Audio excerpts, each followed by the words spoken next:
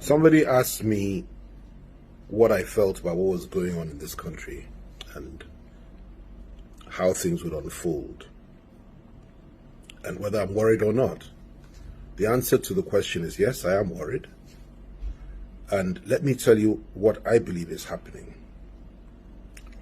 There are four major forces in this country today. I'll call them four horns. Two are in the southwest. One is in the east. And the fourth one is Buhari, and he represents the north. Now in the southwest, you have two horns, very powerful, aggressive, focused, and very, very committed horns. In the persons of Gani Adams, who is the Ààrẹ Ọ̀nà Kakanfò, and the other is Sunday Igboho, who, by any standard, is the hero of millions. Exceptionally tough young man. Now, these two forces, they represent the heart, soul, and mind and spirit of the Yoruba people. They cannot be stopped. They're not politicians. They cannot be intimidated. They cannot be threatened. They're extremely focused, and both of them, if sufficiently provoked, the kind of mass following they have, their readiness to die for their cause, they're extremely dangerous. Thankfully, they're good men, and men that simply want a fair deal in a wider Nigeria for our people. Also men that are committed to the cause of Oduduwa Republic once it is clear that there can be no fair deal in a wider Nigeria. They're totally committed to that. In fact, they're simply waiting for the integrationists to offer a better deal. Outside of that, they're leaving. And when they decide to go, it would take a war to stop them. And they have the hearts of the people. In the east, you have Nnamdi Kanu. I know him, exceptionally tough, very courageous, and he has a massive following. Absolutely massive. I call him the third horn. I call him the Tiger of the East. Exceptionally tough man and inspirational. And if there is to be an election in the East or in Biafra tomorrow, he would win hands down. He has the hearts, minds, and souls of the people, and he's fighting for his people. Then you go up north, and you go, before I get to the president, you go to the Middle Belt. There's a man who's a good friend of mine. He was at Oxford. Brilliant man, Obadiah Malafia. Obadiah is not a freedom fighter as such. He's not a man that is committed to any form of violence. But he's a man of ideas, and his ideas are explosive, extremely inspirational. He's very focused. He's a brilliant intellectual, and his ideas and his intellectual contributions are more powerful than bombs, because he has ignited the sense of awareness of the people of the Middle Belt, the Christian minorities, particularly the northern minorities, particularly the Christians. And he is voicing their opinions and holding their corner and fighting their corner more than anybody else in the history of the Middle Belt, as far as I'm concerned. He's extremely, extremely focused. And he represents, in my view, the fourth horn. And it's a very positive horn, very strong horn, and it represents a hope for the people of the Middle Belt.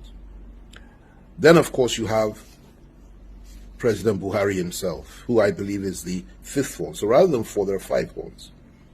President Buhari and those that are with him, that support him, are also very focused and committed to doing what they're doing. And some of them understand the situation and are ready to adapt. Others are not. But that group collectively represents a very powerful force that cannot be underestimated. Within that camp, there are various groups. I mean, I won't go into that now. Some are more liberal and more moderate than others. But by and large, these are President Buhari's loyalists and his people. Now, these 4 or 5 horns are the ones that hold the destiny of our country.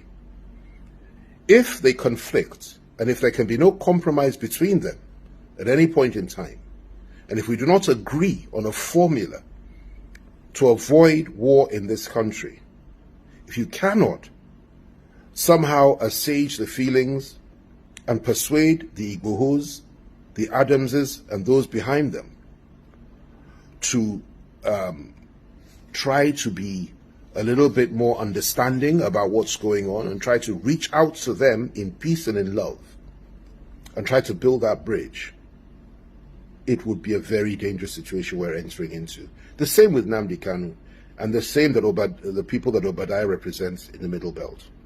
And that's all left to the forces that hold the state, that is Buhari's government and Buhari's people.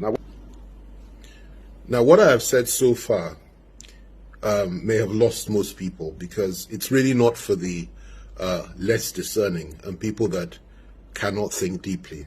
It's very profound what I've said, but they say a word is enough for the wise. The dumb may not understand it simply because they're not wise, but the wise will understand what I'm saying. And in a nutshell, what I'm saying is this: politicians may act and behave as if really nothing is happening and that things are in order and that we're moving towards 2023, and they are totally and completely besotted and obsessed with who will become president tomorrow, or at least in a couple of years. But what they fail to appreciate is that in 2 years' time, there may not be a Nigeria left if things go on as they're going now. And I kid you not, I'm very, very close to many, many politicians in this country. I've been involved for many, many years. And I have never seen this level of ethnic nationalism being expressed and being exhibited amongst the Yoruba people and amongst the Igbo people and amongst the people of the Middle Belt as I have today. In fact, it's so extreme that I'm sure it's far more so than even just before the Civil War. And that's what we're dealing with. And people like Igboho, particularly, and Adams, and Kanu, and Obadiah Malafia, and even Buhari himself have tapped into the power and the attraction of that ethnic nationalism. Rightly so, in my view. It can be used in a positive way if it's used properly. It's tapped into that, and there's nothing wrong with that. But where these ethnic nationalities are on a collision course, particularly when it's the Fulanis against the rest, or where the rest are saying enough is enough, and where the rest are saying that they are tired and they're fed up, and where the rest are saying that they will not be intimidated or threatened by anybody, even those that organize coercive arms of government and that control the state, and where the rest are saying that, listen, if you consider us to be slaves, we will show you that we're not slaves.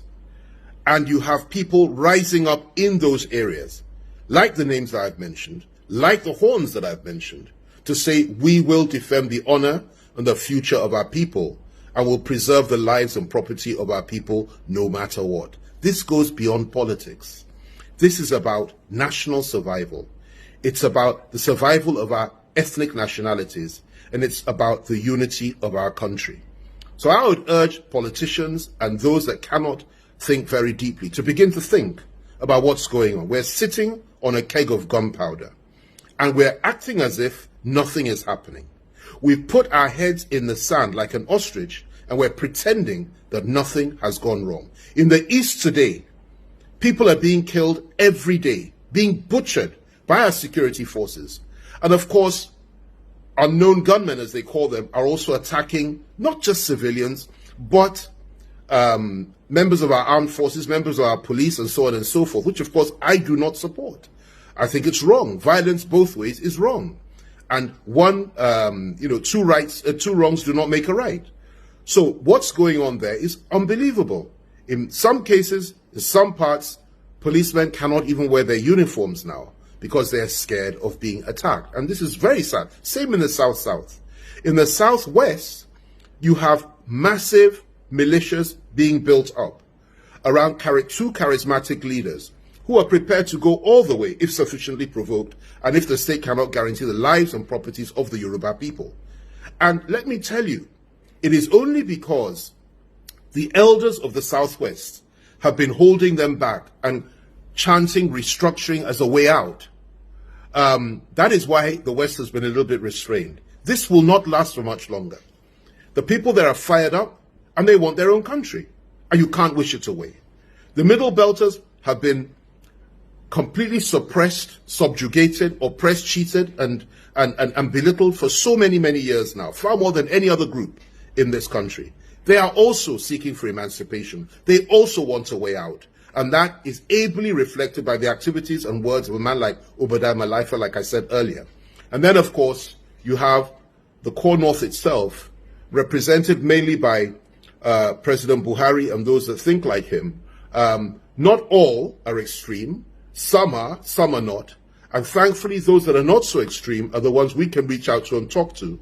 But those that are, have no place in Nigeria anymore, as far as I'm concerned, and really ought to consider going back to Chad, Niger Republic, wherever they come from, and resettle there. But as far as this country is concerned, whether you listen to me or not, whether you believe me or not, and we will have this conversation again in about 3 years' time, and I'm sure at that time you will say, yet again, FFK was proved right. But for the now, the important thing is to recognize the challenges we're facing, cause these horns to come together and negotiate and discuss the way forward. Because if we don't do that, I assure you, there will be conflict somewhere down the line. The state cannot hold these forces down by arms. The state cannot suppress the will of the people of the Southwest through arms. They cannot do it. They can't do the same to people of the Southeast. They can't kill everybody in the South. They can't kill everybody in the Middle Belt. And they cannot kill everybody amongst those in the core North that also want to change. What we need to do is to establish the fact that it is important for us to sit down and talk as nationalists and see if there's a way out of this and negotiate this thing to a point that everybody is comfortable, whether through restructuring or whatever it is. What we mustn't do is continue to act as if we don't need to talk to each other and act as if nothing will change, nothing will happen, doesn't matter how many people are killed, that the state can hold the line. The state cannot hold the line in a conflict like this. It's only a question of time. It's only a question of time. And the most important thing to recognize also is this. There are men of goodwill on all sides. We may disagree on Oduduwa, Biafra, Nigeria, or even an amalgamation of the 4 zones, the Middle Belt, the South-South, the Southeast, and Southwest coming together to form one country, and the core North going its separate way. Or we may have 5 or 6 separate countries at the end of it all. Or we may believe in an integrated Nigeria, which is restructured, we continue as one. It doesn't matter what you think. It doesn't matter what you feel. It doesn't matter where you stand on the way forward. What matters is that we must have peace. We must have dialogue. We must have understanding. And we must stop this idea that you can kill all those that are opposed to you and that you can wipe them off the face of the earth and crush the opposition and crush those that do not agree with you. This cannot work. We must talk. We must dialogue. That's the way forward. That's the only way forward. And that's my preferred option for the future for this country. I continue to trust God that we won't have a war, we won't have a conflict. But I assure you, as sure as I am, that night follows day and that day follows night. If something isn't done and we don't retrace our steps and we stop demonizing each other and killing each other, and the killing of the Igbos doesn't stop in the Southeast, the killing of Yorubas doesn't stop in the Southwest, the killing of Middle Belters does not stop, being killed by different people, whether Boko Haram, Fulani herdsmen, elements within the security forces, or whatever it is, whoever's responsible, at the end of it all, everybody will say to your tent, O Israel, they can kill us, but we also have the right to self-defense, and we will fight back, and we'll defend our people. And nobody can take that right away from anybody. So let's have this conversation again in about 3 years. We'll see who's right and wrong. But I urge you all just to think and to understand the complexity of this situation and the gravity of this terrible mire that we found ourselves in. I pray for those that make these decisions. I pray for those that are in a position to help us achieve peace. And I call for dialogue and understanding on all sides, but with justice. There must be justice. Without justice, there can be no peace. There must be justice for the people of the Southwest, for the people of the Southeast, for the people of the South, the people of the Middle Belt, and justice for the people of the core North that have also been deprived by elements within the state and denied their rights. And there must be security. That is the way forward. Talk to Adams, talk to Igboho, talk to Nnamdi Kanu, talk to Obadiah Malaifa, talk to everybody.